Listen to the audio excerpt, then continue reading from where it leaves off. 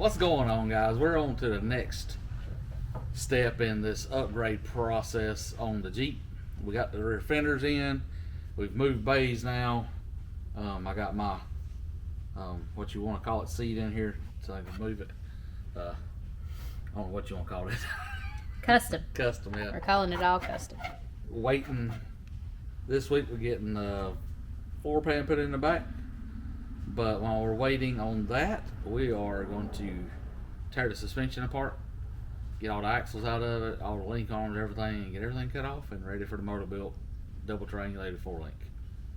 Hopefully doing front double triangulation, doing a track bar. We may leave the track bar. We ain't decided yet on that one. But we're still doing that kit. It'll work either way. But to start out with, I am going to have some upgrades. So some people that watch my YouTube may know about it, or watch our YouTube channel may know about it, but the ones that don't, I've been having some neck problems for the last couple years, and go along with the Jeep upgrades, I'm getting upgrades. They're going to fuse my neck in C56 area, take out some spurs, and get me upgraded this year too. So hopefully we can get all these Jeep upgrades done before I go for upgrades, because my upgrades is going to be on the 27th of February. So our videos will slack up a little bit during that time probably, but y'all look for the upgrades and the updates on the TJ as we're moving along on it.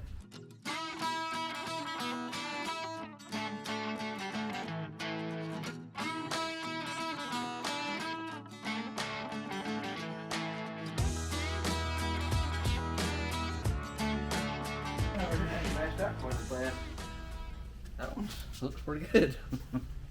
This over here kind of, oh, this one's got 2 zip ties on it. It might not be as bad if that maybe the way to set it. Okay. But now you can see where these is gonna be. It ain't gonna be quite in that same area once it's up at ride height, but I think we're gonna be able to live with them. They're a little off, which I ain't gonna say the body ain't shit. Frame either, so I don't know. They're in the same place for measuring purpose, what I measured, but they are a little wonky, but you know. At full bump. All right. Our ding dong here gets up into everything. So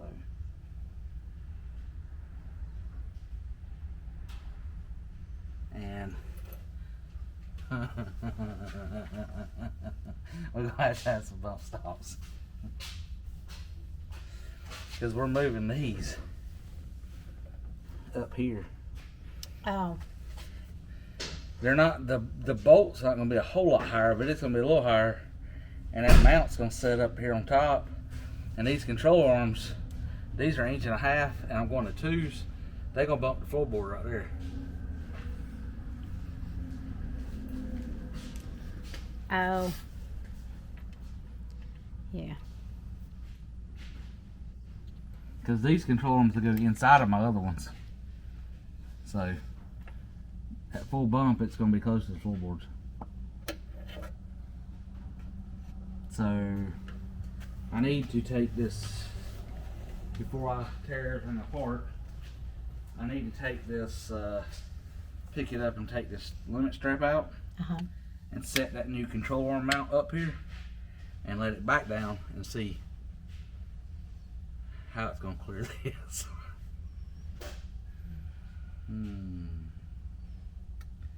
Yeah, we might have to do some bumpy stuffies out here under the frames where I was going to put them down. I done got the pads. I've got the pads to put here and build some more bump stops. I don't need just a couple little items to finish that part.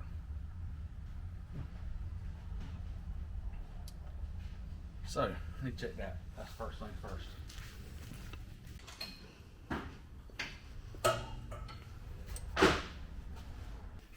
And that in the middle. these hooks. Need to set these in there. This is what needs to clear.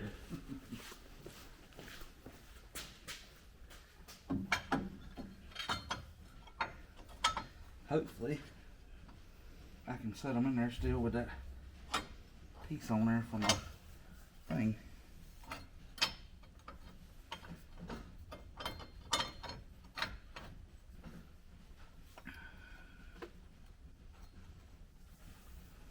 So that's it. It's gonna go, it'll come a little. My light was still on my pocket. That's pretty close. It's gonna come a little farther forward, but that's gonna be about the gist of it.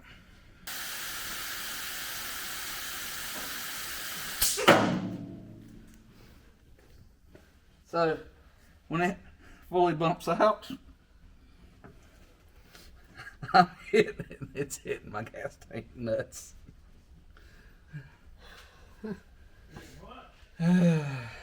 If I would have, I started just to use 2 bolts on this. It's got 4 in the back, but I wanted 4 here and spaced them out.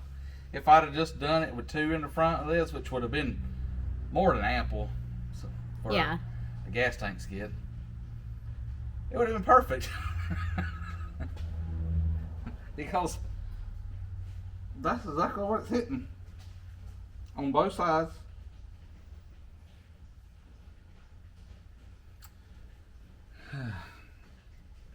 Okay. Well, that's why I wanted to do this. That's why I let the floor pan out. I wanted to do all this before, so I could see everything. Sure. So we definitely don't need some bump stops.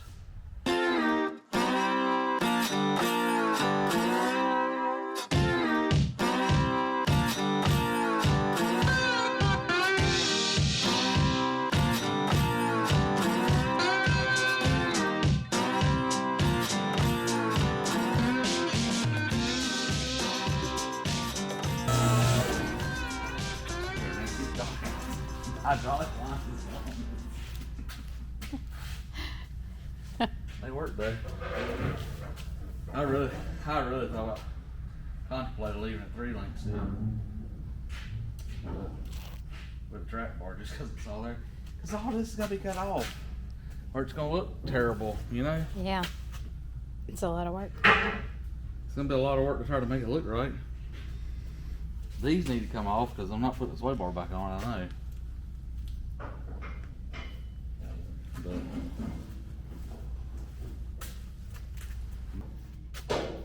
I know doing all this work, I need to just do triangulation in the front, and so I got to cut all this off too. And that is gonna suck. Nice, pretty bracket. It's all tied in. It's gonna suck big time. So I know what you mean. I tried to do it quick.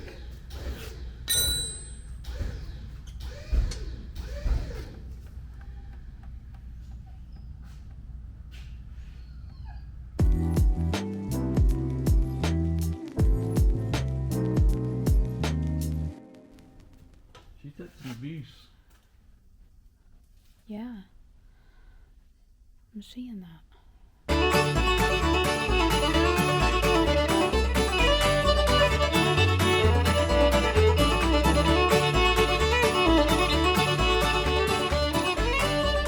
So we took the coiler springs off, set it full bump. So I know my axles is kind of where I wanted them to stay. And we got everything out from under. All the control arms out. I got half of all the brackets cut off because I was able to cut them with the Sawzall, and that was the part that really wasn't welded. It was just the top part of the brackets, all them things in the floor. But you can kind of see this is why we want to change it, because I kept doing this and it was pinching my control or pinching my joints, and I have bent that back and 3 or 4 times and they still get bent back. So all of them's like that. But the fun part is now is cutting all this stuff off that I welded on here like almost over 4 years ago. Now that's really welded to the frame because my rock slides is kind of in the way of getting some of this. So some of this is going to get cut off, and then have to cut that off separate probably. But we getting there. We're making headway already. Got the exhaust cut out of it because it's going to have to get redone. I think the muffler is going to have to go to a different spot.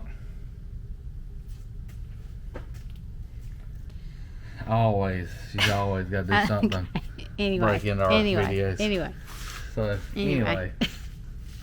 But we're making headway. This was a fun brake that cut off with the gas line and brake line. I did get rid of a line, the line for the evap stuff that's been done away with for years.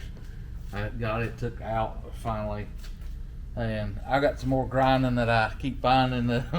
We didn't get the grind off when we done this on the floor the last time for the ton swap.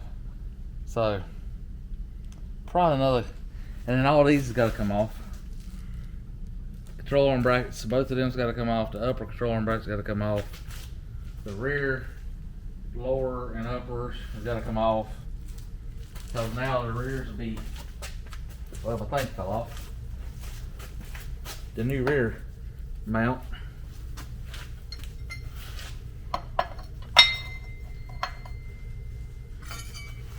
From Motorbuilt.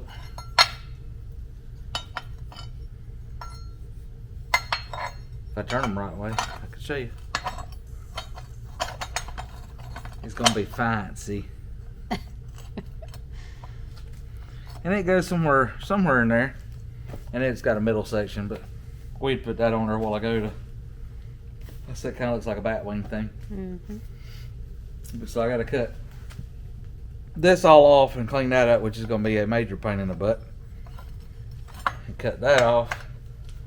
Get a lot of grinding, because usually when I weld stuff on, I try to weld it on to stay. So, and then find the rear ends out. We also taking the Grizzly locker out, taking the Yukon Grizzly out of the rear, and putting a Yukon mini spool in the rear. And we got a Yukon yoke that goes on the case. So yeah, got a bunch of stuff to do. These all are starting to leak a little bit, which we've got almost 2 years on them. So I don't know, we might let them, they just seeping. Might get them rebuilt, might apart, and we may just run them another season. Wait till next winter, that'll be the next winter upgrade. So, because they've been doing fine. They just leak a little bit from time to time. So, here's what it is, but we're making headway. So, check out the rest of them. Trying to do updates. Like, share, subscribe, so you can keep up with it. Hit the little notification bell thing, and so you can keep up with all the next videos. And we appreciate it.